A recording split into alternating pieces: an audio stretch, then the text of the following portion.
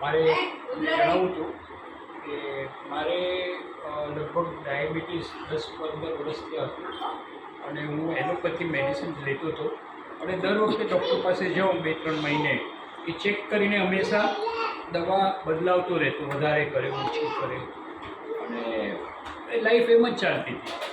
પછી I came in contact with Modi care. દીપિકાબેન મને મળ્યા કોઇમ્બતુરમાં અને મને વાત કરી કે તમે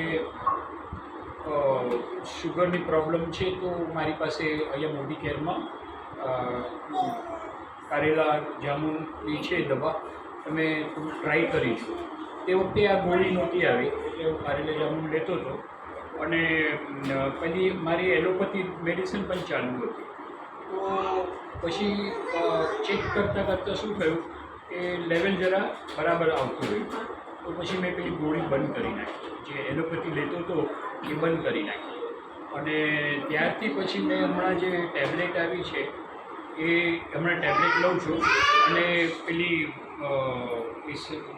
કારેલાની બંધ કરી નાખી અને એનાથી મારે કોઈ દિવસ મને રીડિંગ જ્યારે લઉં ત્યારે નોર્મલ જ આવ્યું છે, હજી સુધી નોર્મલ જ આવે છે અને એ ગોળી મારે ચાલુ છે. થેન્ક્સ ટુ મોદી કેર મને આ દવાનું એ કરાયું અને I am very happy with it. આ મારું પર્સનલ એક્સપિરિયન્સ. અંકલ, ટેબ્લેટનું નામ જણાવશો? ટેબ્લેટનું નામ ગ્લુકો હેલ્થ.